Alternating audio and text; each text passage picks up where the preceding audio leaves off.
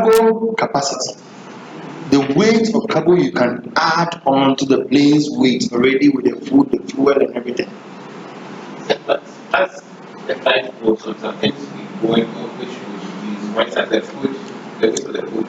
Yeah, but people will consume. But it's good, they also just change location. Change location. Also, you know that the heavier something is, the more food it is. Good. So, is there a way that it discounts those weights to know how much quality, whether they're taking on the food or the journey at inexpensive level? In fact, in aircrafts or in air transport, it is anticipated that always tank is full because of extra fuel that would be used in time of danger. Anytime there's we use a stress. Anytime there's a stress on the plane, you need more energy to let it fight the stress. So that more energy is the fuel. If you want to increase your speed, if you want to swerve the wind, if you want to beat the mountainous areas for altitude, you need fuel. So as you use the fuel, weight is dropping. You get it? But you will also agree with me that the weight of the fuel seems insignificant because it is made with the plane. Okay, plane cannot go without fuel. So invariably, plane is with fuel. So the weight of the fuel is not so much significant to the weight of the aircraft. Good. And also the plane, because of the length, the distance you can cover, sometimes 400 miles. How many people are you going to use? Depends on your engine. Now you have planes using 2 engines, some even using 4 engines. And so that is where the fuel should get a bigger tank to get more fuel so you can go for that distance. So fuel getting down or up is not significant at all in our air transport as far as cargo is concerned, or even passenger. Because it's liquid. Liquid has weight. But the way the plane is designed, it is not something that is so significant. So no sweat. No sweat. Yes, any other question? Okay, then. So we this one is unit loading device. How we do the loading. I showed you the dollies. This one, and it's Ayata who is bringing the expert.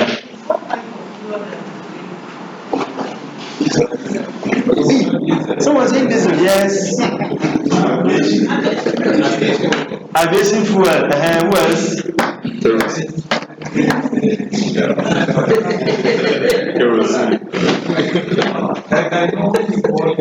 Someone is saying kerosene. Someone is saying this. Someone aviation fuel. In fact, the name we give it is aviation fuel.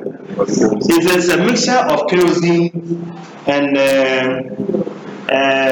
petrol. Let me use it. It's a mixture of kerosene and petrol.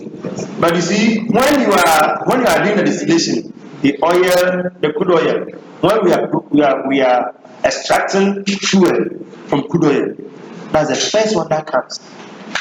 That's the first fuel that comes from that extraction. It's very light, so it will give you the better speed. So you see, petrol can run faster than diesel, but petrol is lighter. Diesel is slower. Then the ship doesn't move fast, but the ship is using what? Heavy diesel oil. The ship uses heavy diesel oil. That's so thick, so ship cannot run fast. So the lighter the fuel, the faster you can go. That's why we have that one for aviation fuel. Okay. So this one, I brought about carriers loading units approved for them to use. We have the carriers one and the shippers one. The carriers one is the one A carrier is the aircraft, please. That's a carrier. Then the shipper is the importer, the exporter. So you can design your own unit loading device, like the boxes I showed you with the pallets. It is the shipper's own loading device. Then the carrier too can also have theirs for use. Now, if you look at here, we have aircraft panel plus nets. Second one is aircraft pallets plus igloo plus net. I'll show you the igloo. Then aircraft container. All these are unit loading devices that we use for cargo. Then we have non-aircraft ULD, which does not meet the requirements of an aircraft unit. That's baskets. So, if you want to ship with baskets, the packaging should change because it is not an IATA approved package or loading device. Let's look at the that's a unit loading device. It means we are putting all the items to become one unit. And which device do we use them? I showed you the dolly. Yes, you saw the dollies. These are all okay. These are all the items that we use by air. These are all the loading devices that we use by containers. Look at containers. Look at these are all that we use. You can see that this one, that one is not a pallet. It's not a pallet. So that's what we send into that cabin. Number 4. Now look at this one.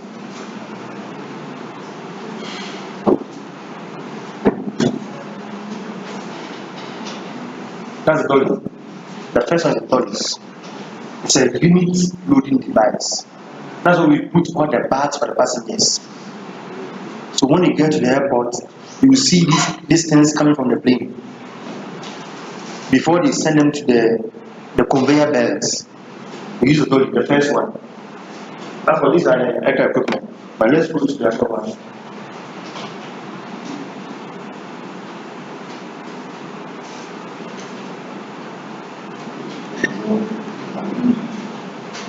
Okay.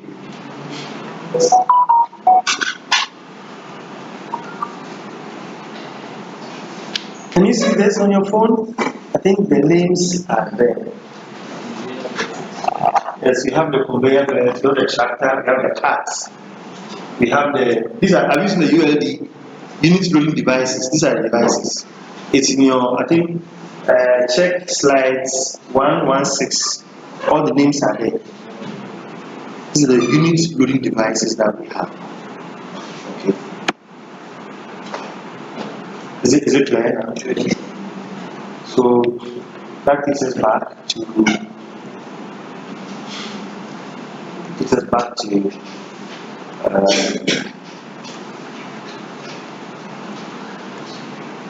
okay, so we're coming to this portion, and this is telling us the dimension.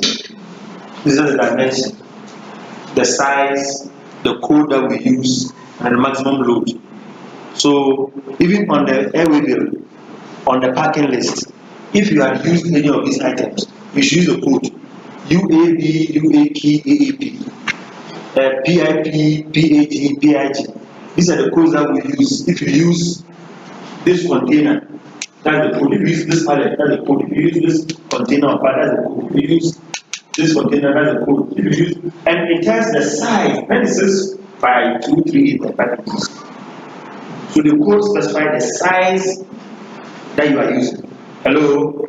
So you see that this pallet container, and this is by 125 inches. Next is by 238 inches. This one is bigger than that one. So the codes will tell. And it also tells you the weight, the maximum load they can carry. So if you quote AAP, you cannot load more than 6,033 kilos. If you load 6,100, it's a normal. That package will be rejected. That's the work of the cargo. No, that is you mean the work of the cargo agent.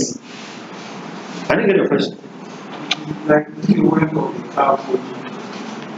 Yes, Because the cargo agent is going to assign the ULDs that you saw to pick that cargo.